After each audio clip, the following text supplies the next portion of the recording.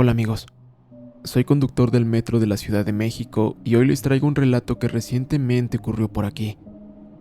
Casi al finalizar el servicio de la línea 3, comenzó a fallar la señalización.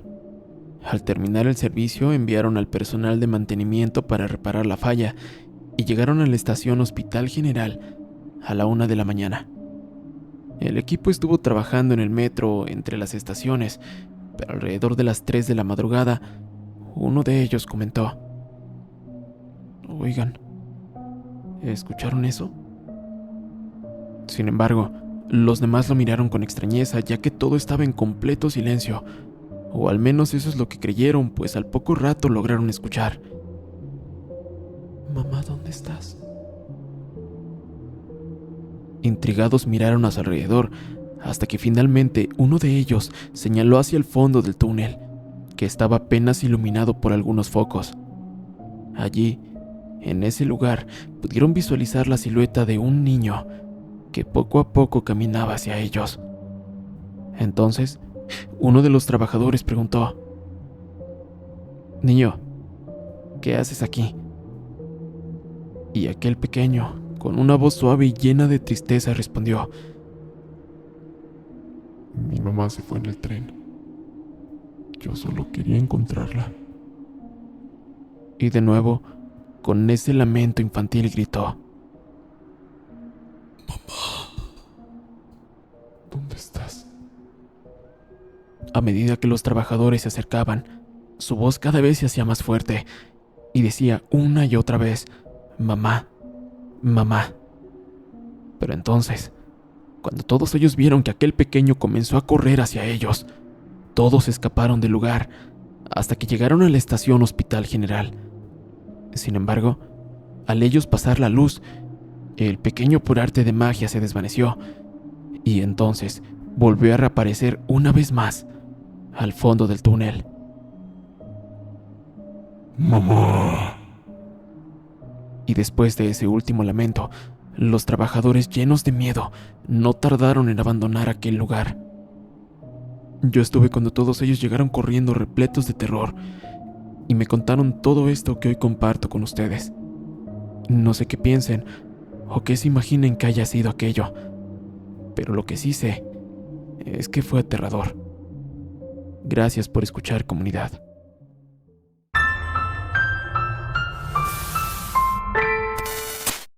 Trabajar en el turno nocturno puede resultar ciertamente tenebroso, y estos relatos no hacen más que corroborar esta afirmación, ya que las escalofriantes historias que ahora escucharán narrarán las experiencias de personas que presenciaron a diversos entes durante sus jornadas laborales.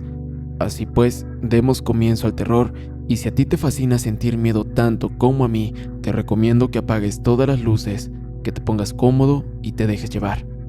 Ya saben que yo soy Elías Salazar, y todos ustedes ya se encuentran en mi pesadilla. Cuando un cuerpo llega a la morgue para una necropsia, viene con la ropa que llevaban al fallecer, y es trabajo del perito desvestirlos para iniciar el proceso. Muchas veces, esos cuerpos conservan la expresión que tuvieron en sus últimos momentos: miedo, tranquilidad, enojo o tristeza. Incluso en algunas ocasiones llegan con lágrimas aún en los ojos. Los médicos siempre nos dan una explicación científica como lo exige su trabajo. Sin embargo, a lo largo de mi experiencia, he aprendido a combinar lo científico con mis creencias personales. Un caso que jamás olvidaré fue el de un profesor que fue privado de su libertad y de su existencia hace 3 años en un paraje lejano. Tras una investigación, lograron encontrar la fosa donde yacía, y al exhumarlo, aún vestía su uniforme escolar, con un rostro que reflejaba una profunda tristeza. Cuando los peritos intentaron desvestirle, notaron que la rigidez hacía casi imposible retirar la ropa sin cortarla, y bueno, cabe resaltar que esta debe conservarse intacta para su análisis. Fue entonces cuando el médico legista llegó y nos dijo: háganse a un lado, les voy a mostrar cómo se hace correctamente. Todos pensamos que nos daría alguna solución técnica, científica o profesional, pero, para nuestra sorpresa, comenzó a hablarle al cuerpo mientras que amablemente lo desvestía. Ya estás aquí, amigo, le decía en voz baja. Tu familia ya te encontró. Ya no estarás allá solo. Lo único que quieren es velarte para que descanses en paz y creo que se lo merecen. Ellos nunca dejaron de buscarte. Por favor, ayúdame a terminar rápido y te aseguro que pronto podrás reunirte con todos ellos. Mientras decía estas palabras, notamos que los vellos se nos erizaban y sentimos un terrible escalofrío. Aquel cuerpo que había estado rígido después de estar sepultado comenzó a aflojarse lentamente y el médico pudo culminar con su labor con una gran facilidad, dejándolo en una posición de descanso, acostado boca arriba. Y sin duda, lo más curioso o inclusive impactante es que aquel rostro que antes marcaba un gran sufrimiento, ahora lucía tranquilo. Este tipo de acto lo practican los buenos médicos, aquellos que a pesar de convivir diariamente con la muerte, no han perdido la sensibilidad de reconocer que, frente a ellos, hay una persona que fue padre, hijo o esposo y merece ser tratado con respeto y cariño. Hasta aquí mi experiencia y dulces sueños, comunidad. Soy un albañil desde hace ya bastantes años y últimamente he estado trabajando con un contratista que en ocasiones nos lleva a otros estados. No recuerdo muy bien en qué zona de Oaxaca fue, porque esto ya tiene algo de tiempo, pero reconstruimos una casa muy grande cerca de un río. Para este trabajo nos contrató a 3 maestros y a nuestros respectivos 3 chalanes. Éramos 6 en total. Al llegar a la casa pensé que iba a ser diferente y no tan alejada de la civilización. Era más como una casa de campo muy grande y de 2 pisos con una estructura rústica. El patrón nos empezó a decir los detalles que necesitaba y los trabajos que teníamos que realizar. A unos les tocó remodelar el baño, a otros arriba y abajo, y a mí, junto con mi chalán, nos tocó afuera. Teníamos que pegar una barda de tabiques que ya estaba derrumbada y únicamente contábamos con 2 semanas para terminar. En aquella ocasión se nos comentó que tendríamos que quedarnos en aquella casa y en un principio pareció buena idea, pues nuestras jornadas abarcarían desde las 7 de la mañana hasta las 10 u 11 de la noche. El primer día terminamos todos muy cansados y ya llegando la noche nos hicimos de cenar. Mientras estábamos comiendo en la mesa, escuchamos claramente cómo alguien caminaba en la parte de arriba. Nos quedamos viendo unos a otros con el bocado en la boca y cuando esos pasos pasaron por el medio, la lámpara que colgaba sobre nuestras cabezas comenzó a moverse. Nadie habló por esos 10 segundos y así como de la nada se presentaron aquellos sonidos, así también dejaron de escucharse. Después de eso nos reímos y algo incómodos nos fuimos a acostar. Al día siguiente despertamos a las 6:30 y empezamos a trabajar. Mi chalán y yo estuvimos platicando y trabajando hasta las 10, pero los maestros nos pusimos de acuerdo para trabajar hasta medianoche, pues yo quería colar las traves de las bardas que había levantado. Así que comenzamos a preparar la revoltura, pero ya estando todo preparado, el agua se terminó. La verdad, no era extraño. El patrón nos había mencionado que esto sucedería y como la revoltura ya estaba remojada, no nos quedó de otra que acarrear el agua del río, ese río que estaba a solo 2 minutos caminando. Nosotros mandamos a los chalanes, quienes dieron la primera vuelta y comenzaron a echarle agua a la revoltura. Mientras Ulises y yo revolvíamos, ellos se fueron a la segunda vuelta y a la tercera vi que mi reloj ya marcaba las 11 de la noche. Les dije a los maestros que le ayudáramos a los chalanes pues ya casi era medianoche y así cada uno agarró 2 botes y nos aproximamos al río. Estando los 6 en la orilla, nos quedamos unos segundos mirando lo bonito que se veía el agua y al estar llenando el segundo bote, Sergio y otro chalán hablaron. Oye güey, ¿qué es eso? Cuando giré la mirada, en la oscuridad estaba dibujada la silueta de un vestido blanco, justo en medio del río. Todos nos quedamos como queriendo encontrarle alguna forma, pero era como neblina en forma humana. Aquella cosa venía acercándose en la oscuridad, flotando en el río, y todos cargamos nuestros botes, pero antes de dar la vuelta para irnos, escuchamos ese escalofriante grito. El grito que ya todos aquí se están imaginando.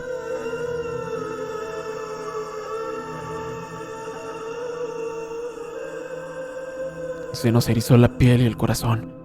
Nos echamos a correr, sin embargo, a tan solo algunos pasos de habernos alejado.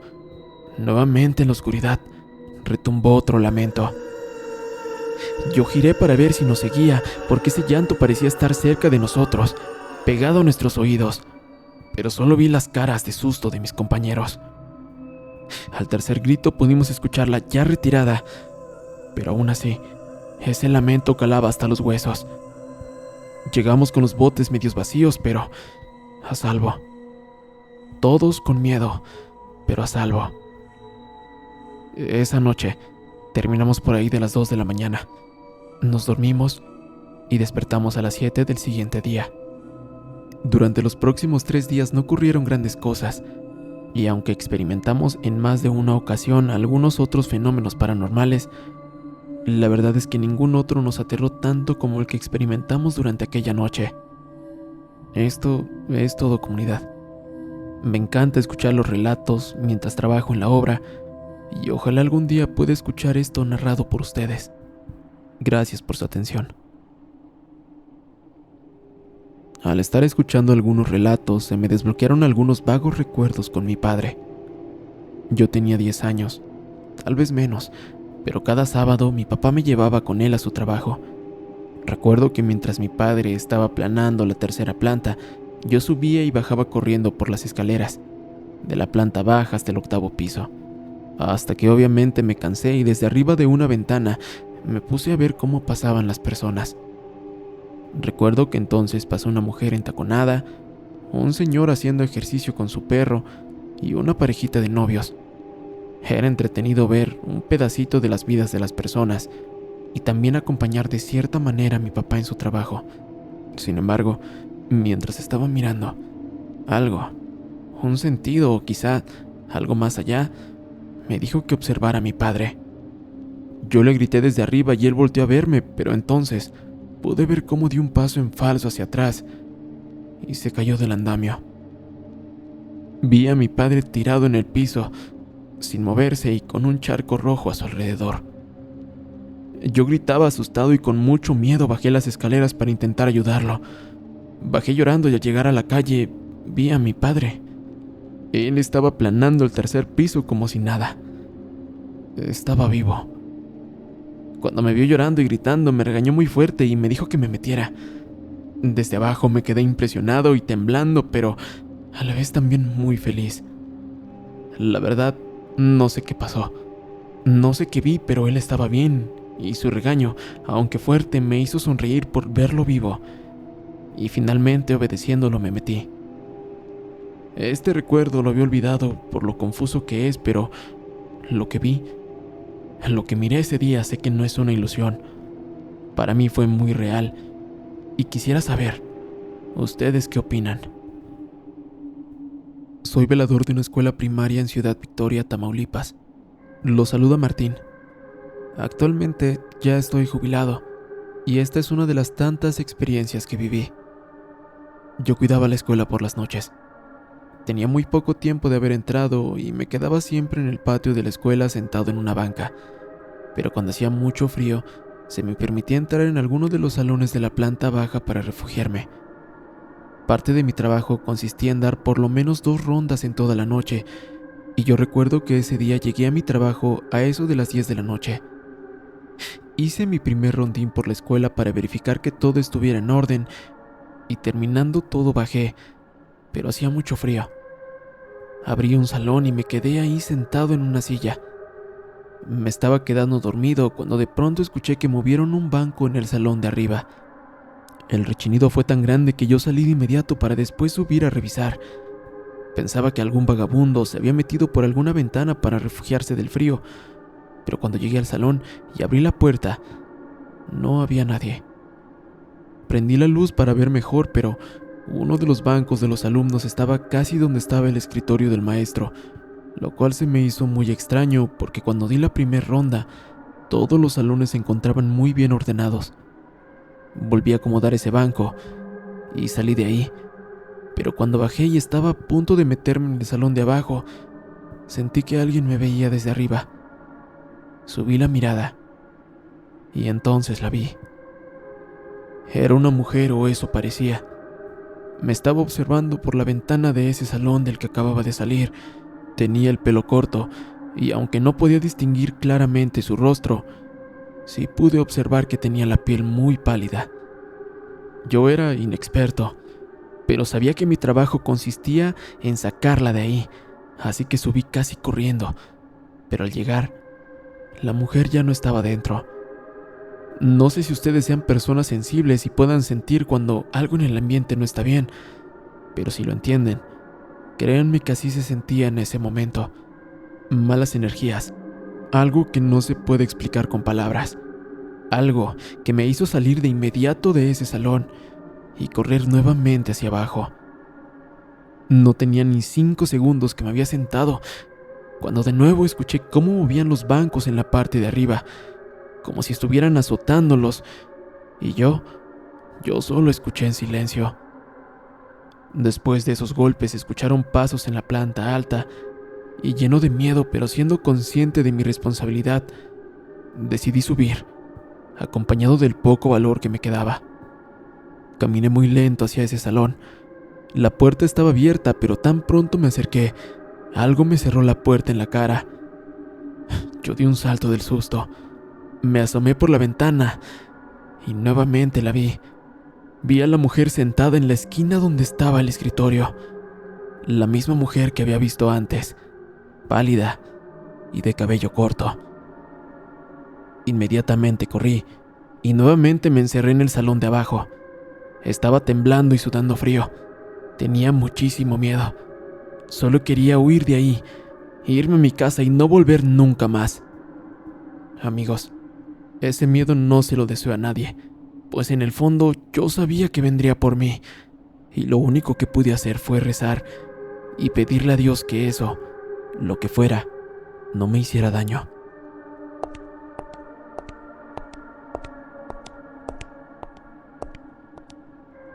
Yo la escuché caminar. La escuché tan cerca de mí que sentí que me daría un infarto. Y lo más impactante fue cuando aquella sombra se vio reflejada en las ventanas. Sin embargo, por alguna razón, o más bien quizá por algún milagro, eso ya no entró. Solo se quedó afuera, y luego de unos minutos finalmente se marchó, desvaneciéndose en medio de aquella oscura noche. Esa fue la primera vez en que yo conocí a un fantasma, y créanme, no se siente nada bien. Y yo, por miedo, me quedé encerrado hasta que amaneció, hasta que los niños y maestros empezaron a llegar a la escuela. Esta fue una de mis historias, y espero pronto poderles contar algunas otras. Gracias, comunidad, y excelente velada para todos.